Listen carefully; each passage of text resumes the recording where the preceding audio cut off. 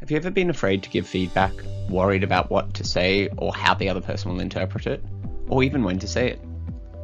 Have you thought about why we give feedback and its purpose? Let's explore these questions in this video.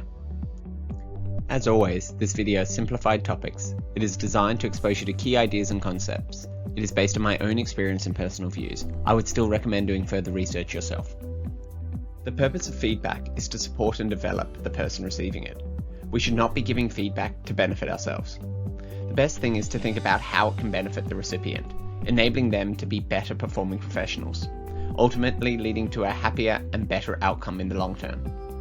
To have the biggest impact, it is important for the feedback to be timely. This means give the feedback as soon as an event happens, so that the event is fresh, allowing the person to remember the event clearly, enabling them to understand the feedback they have been given.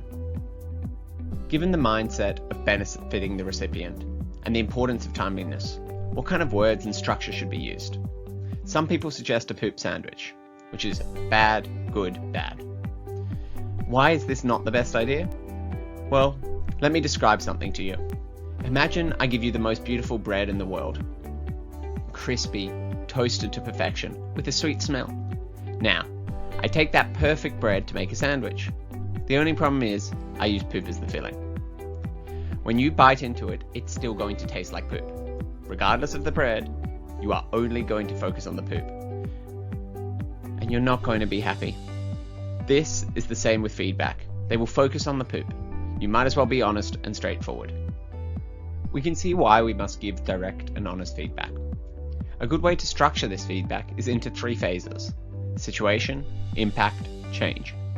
Situation is what has happened, the event. Impact is the result, who and how it affected the people.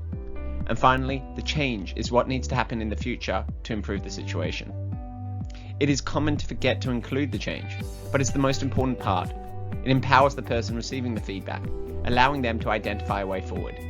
It leaves the person to whom you're giving the feedback in a positive and proactive state. If you don't do that, they feel like they've messed up, they have no way of fixing it, and can't get over it. To bring this home, let's go through a scenario. Imagine you and your colleague Max are in a presentation, and Max was speaking too quietly and too quickly. So what do? Based on the structure we've just covered, you wait till the presentation is over.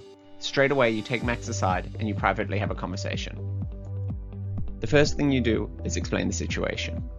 Hey Max, I know this is one of your first times doing a presentation to a group of people, but during that presentation you weren't speaking particularly loudly, and you were speaking too quickly sometimes.